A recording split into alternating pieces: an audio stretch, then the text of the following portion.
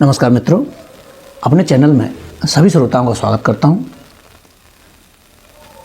आज के प्रस्तुति में लेकर आया हूं एक व्यंग और अट्टहास से लबालब एक छोटी सी कहानी, एक प्रसंग जिसका शीर्षक है जादू।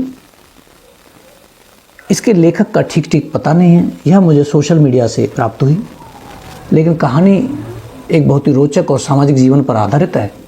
इसलिए मैं लेखक से इस बात की क्षमा मांगते हुए इसे प्रस्तुत कर रहा हूँ कि इस पर मेरा कोई दावा नहीं है और न ही मुझे इसका संज्ञान है ठीक कि यह किसने लिखी है। यदि आप में से किसी को पता हो तो मुझे भी सूचित करें। कहानी का शीर्षक मुझे बताया गया कि जादू है। अरे साहब, लगता है ठंड नहीं पड़ेगी क्या इस बार?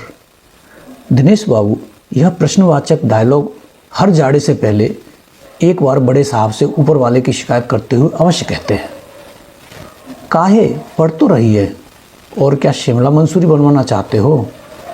बड़े साहब ने सहज भाव से दिनेश बाबू की उत्सुकता को शांत करते हुए कहा, नहीं साहब, मेरा मतलब है अभी तक ऊपर से अलाव जलवाने का ऑर्डर नहीं आया, इसलिए पूछ रहा था।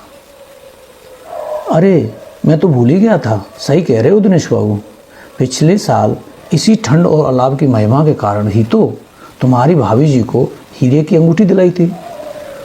वही मैं कहूँ, वह आजकल पद्मावती वाले हार की डिमांड काहे कर रही हैं?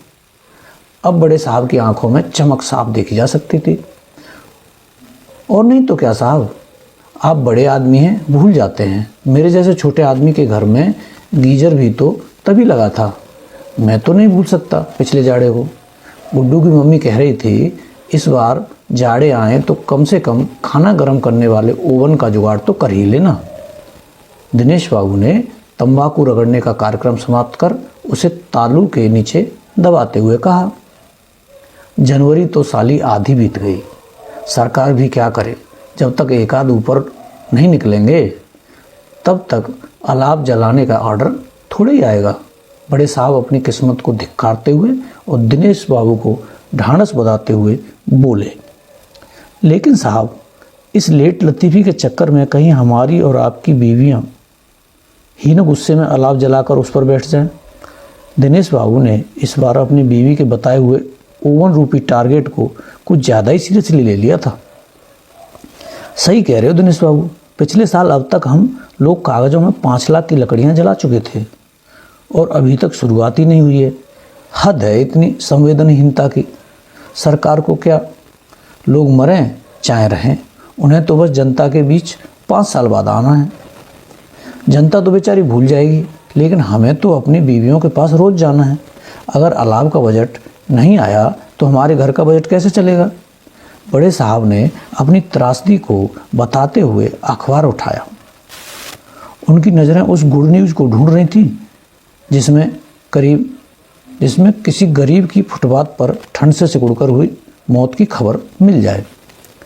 अरे साहब, अब क्या बताऊं, आजकल के गरीब भी बड़ी मोटी चमड़ी के होते हैं। उन्हें हल्की फुल्की ठंड से कुछ होता भी तो नहीं। बड़े बेशर्म होते हैं यह लोग, कुछ भी तो फटा चिथड़ा लपेट कर सो जाते हैं। मजाल है इन्हें ठंड छू बढ़ जाए। हम लोग देखिए हीटर ब्लोअर सब चलाए रहते हैं, तब भी साहबजादे नाक बहाते घूमते रहते हैं। दिनेश बाबू ठंड के असमान वितरण पर आक्रोशित होते हुए बोले, क्या फ़ायदा अपना बीपी बढ़ाने से?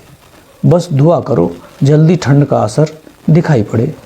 पिछले साल पूरे 10 लाख की लकड़ी का बजट आया था। जल जलाकर और बट बटाकर भी ठंडक ने अच्छी खासी गर्मी पैदा कर दी थी। देखो इस बार तो महंगाई बढ़ रही है, पूरे 20 लाख का बजट आना चाहिए।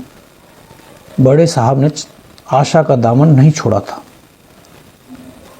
काहे साहब, आप भी ऐसी बातें करके मन बहला रहे हैं। अलाव जलाने का जुगाड़ करो, दिल जलाने का नहीं।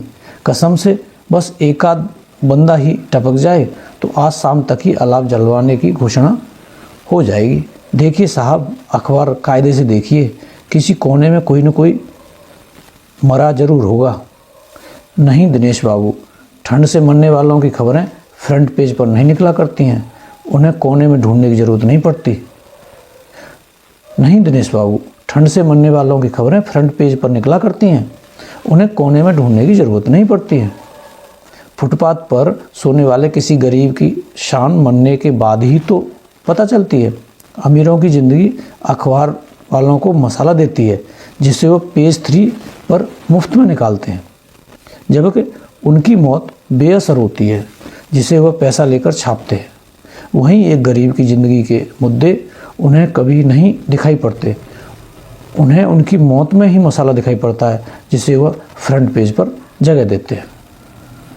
वाह साहब, काश जीवन का यह फ़लसफ़ा सरकार समझ पाती। ज़रा बात तो करिए हेड ऑफिस में, कहीं कोई आर्डर वार्डर तो नहीं निकलने वाला है। विपक्ष भी इस बार ठंडा पड़ा है, वह भी तो हल्ला नहीं कर रहा है, कम से कम उसे तो चिल्लाना चाहिए। दिनेश बाबू बधाई हो, ऊपर वाले ने हमारी सुन ली। तुम्हारी भाभी जी का अभी अभी फ़ोन आया था, टीवी पर ब्रेकिंग न्यूज़ चल रही है कि ठंड से ज़िले में 4 मौतें हुई हैं और सरकार ने तत्काल प्रभाव से अलाव जलवाने और कंबल बांटने का आदेश कर दिया है। मित्रों, ऐसे सामाजिक जीवन पर व्यंग और कटाक्ष करने वाली कहानियाँ और लेख और जीवनदायिनी जिजीविषा से जुड़ी कहानियाँ सुनने के लिए हमसे जुड़े रहें। यदि इस कहानी लेख का लेखक के बारे में आपको पता चले तो मुझे भी सूचित करें और इसका आनंद लें। धन्यवाद।